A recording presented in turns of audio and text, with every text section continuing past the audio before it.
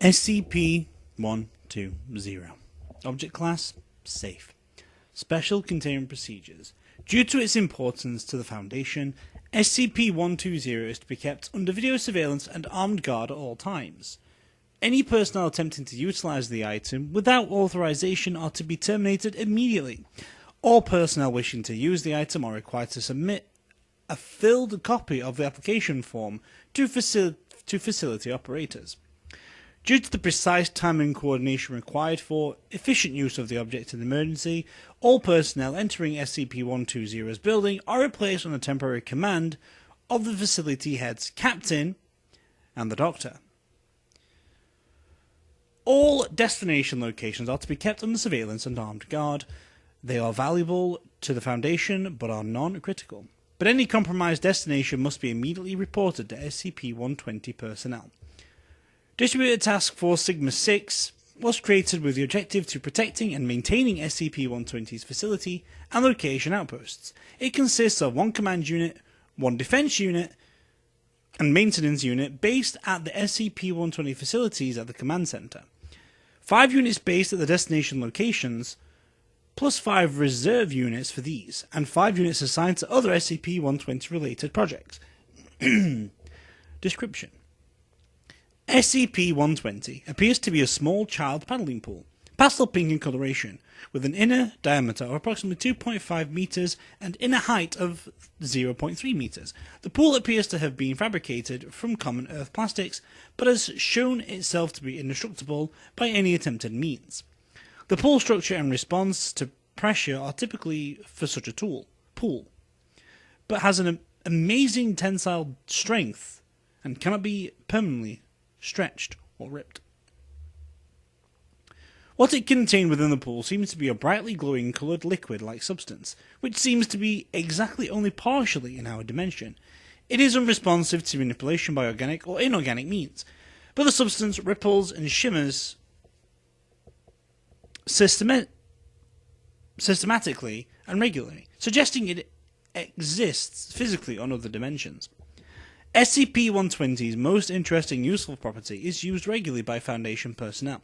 Human beings, when alive and carrying loads under 37.8 kilograms, are observed to fall up the pool and are deposited at one of the 11 destinations. This will be detailed in an addendum.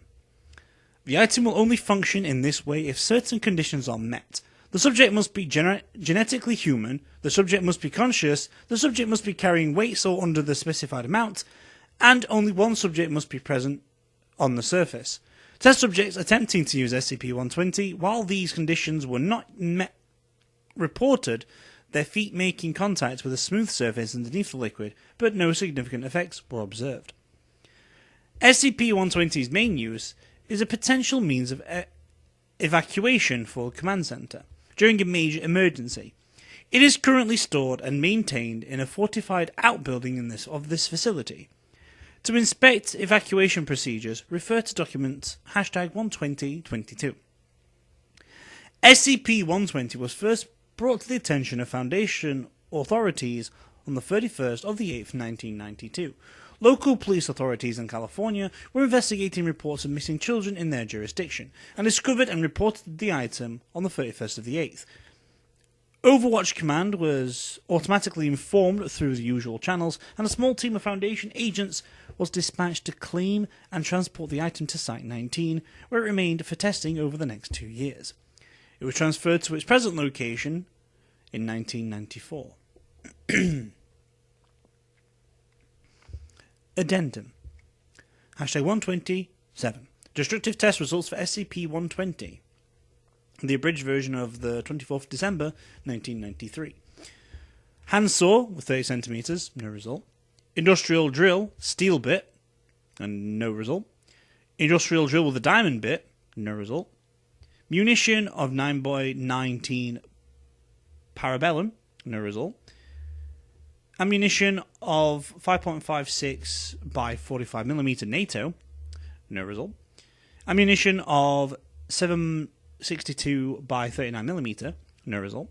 Mutation of 120mm with the M830 heat, no result. Cutting torch, acetylene, no result. Cutting torch hydrogen, no result. Cutting torch propane, no result. A CO2 laser at the power of 100 kilowatts, no result. A CO2 laser of 500 kilowatts, no result. Document 120-10, detailed explanation of SCP-120's capabilities and destinations. Abridged version of the 12th of December 1994 tests. SCP-120 possesses the capability of instant translocation of human beings, possibly through one or more alternate dimensions. Subjects using the item are invariably deposited at one of the 11 locations. These locations cycle in a specific and unchanging pattern. The 11 destinations and their locations were determined through testing with Class D personnel carrying radio beacons. They are detailed here. Location 1. The Pacific Ocean. SCP-120's liquid displays a blue glow while connected to this destination. Subjects attempting travel to this destination are deposited on average of 2 meters above the surface of the Pacific Ocean. A Foundation ship is currently stationed at this location, and personnel arriving through use of SCP-120 materialize inside the ship's cargo hold. Sensitive Foundation material or personnel can be sent here in an emergency, and the ship has provisions for storage of low-threat SCP objects, should the need arise. Class D personnel used to dial SCP-120 can be confined and extracted by helicopter or reused, or simply terminated and their bodies retained in storage. The original Class D and radio transmitter used to determine this location were lost at sea, and might have to be recovered in the intents of secrecy if they were to wash upon a populated shore. This configuration of SCP-120 was arbitrarily designated as number 1, and has no observable significance above other configurations. Destinations 2 through 11 follow in sequential order after this configuration and returned to it after a full cycle. Travel by SCP-120 to this location is not advisable during storms due to the risk of injury. Location 2. Greenland. SCP-120 displays a bright white glow while dialed to this destination. Subjects travelling to this destination materialize 1.5 meters above the surface of Greenland. A small facility was established here under the public pretense of oil industry expansion. This facility has similar capabilities and use to the Demeter, and is additionally equipped with an airship and refueling facilities. Location 3. Located at the Earth-Moon Lagrange Point 3, the SCP displays a deep black colour. Objects and personnel sent through the SCP at any Lagrange point, locations 3, 5, 8, 10, 11, are effectively lost, as retrieval is impossible at our current level of technology. They may prove a possible way to remove small but threatening SCP objects, but for now are merely an inconvenience. A sacrifice of D personnel is required to move the SCP to its next configuration.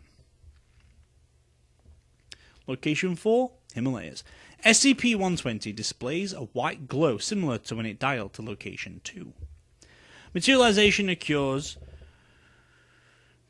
on a mountain in the Himalayan mountain range. Only minor changes have been made to the destination. Digging of an 8-meter hole for disposal of D-class bodies, an overhead canopy for concealment, and supplies and tenting for evacuation to this location, which should only take place in extreme circumstances. D-class personnel used for dialing are to be injected with a mixture of sedatives and neurotoxin before sending, to ensure humane death and decrease risk of damage to the structures at Location 4. Location 5, identical to Location 3. Location 6, Sahara. SCP-120 will glow yellow. Personal materialization in a small outpost. The need for secrecy renders this facility unable to house many significant SCP objects, but is ideal for evacuation of personnel and documents from command. Location 7, Gobi. SCP-120 displays a brown glow. This destination is located at a small outpost in the Gobi Desert, but is otherwise identical to Location 6 outpost. However, the expansion of SCP-4024 poses a significant threat to the outpost's operational viability. Location 8. Identical to Location 3, although shows more potential for SCP disposal, being situated beyond the moon. Location 9, Mare Imbrium. The SCP displays a subdued grey glow when dialed to this destination.